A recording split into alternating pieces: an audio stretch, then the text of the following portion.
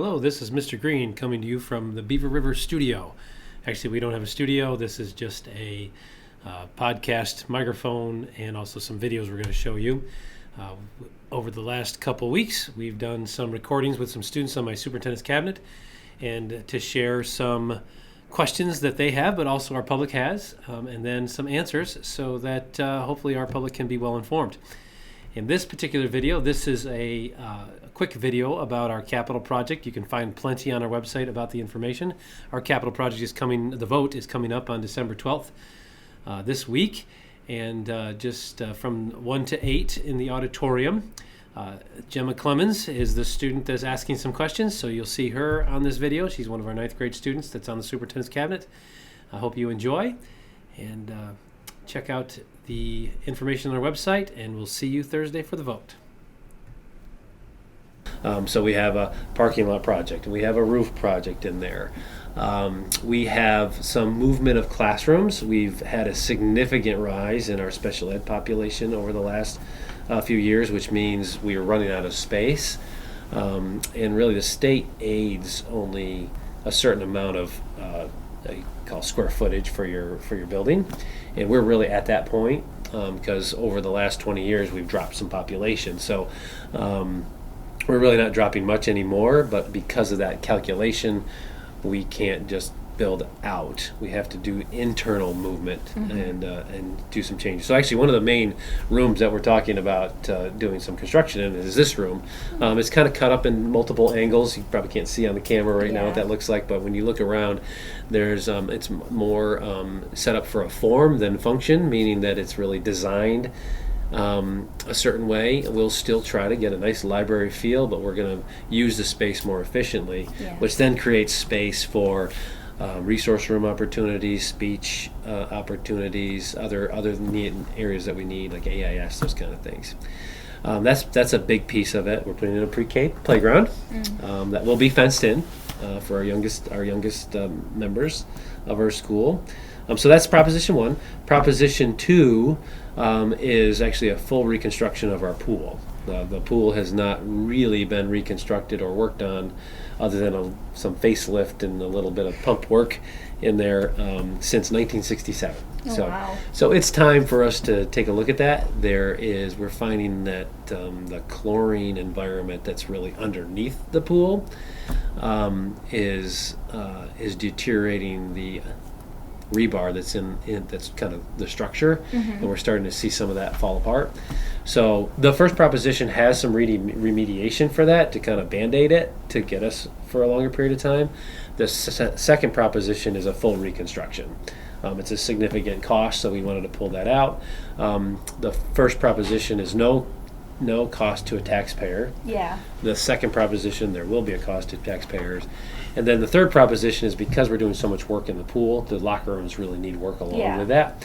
So we can survive without doing the locker rooms, but it does make sense to do them at the same time. So we did that as a third proposition, which is an additional cost. So if those two propositions passed, the calculation is on a $100,000 house.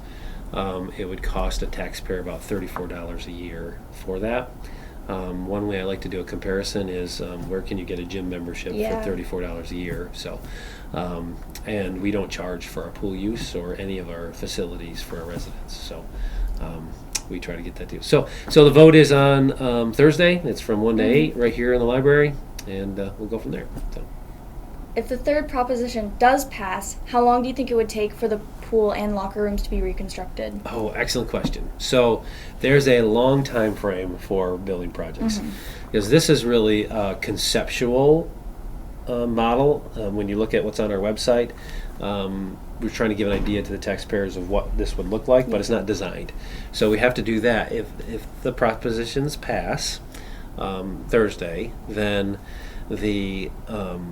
we take it to the architects, and then we do the full design, which is we work with constituents. We'll bring our media specialists in, take a look at the library. What do we want to do? We'll bring our teachers in with the areas that we're reconstructing and really design it to meet the needs of the folks that are in the building. And then you have electrical work design and HVAC design. And so that takes probably about 6 to 8 months. Then we send it off to state ed. And that they have to review that. That's another 6 to 8 months. So really, about a year from now, we could potentially go out to bid for our for the project, which would start construction in June, July of 2026. So that's the start of the project. The two that you just asked about, the pool and the locker room, those are significant projects that will probably take about a year to complete.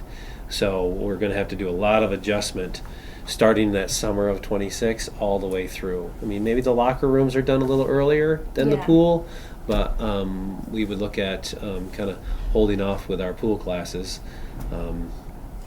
which probably doesn't disappoint too many kids, but we would need to, in terms of our swim team, we would have to, we've done this before, we've worked with other school districts, and they've provided a way for us to use their facilities. So, That's good. yep.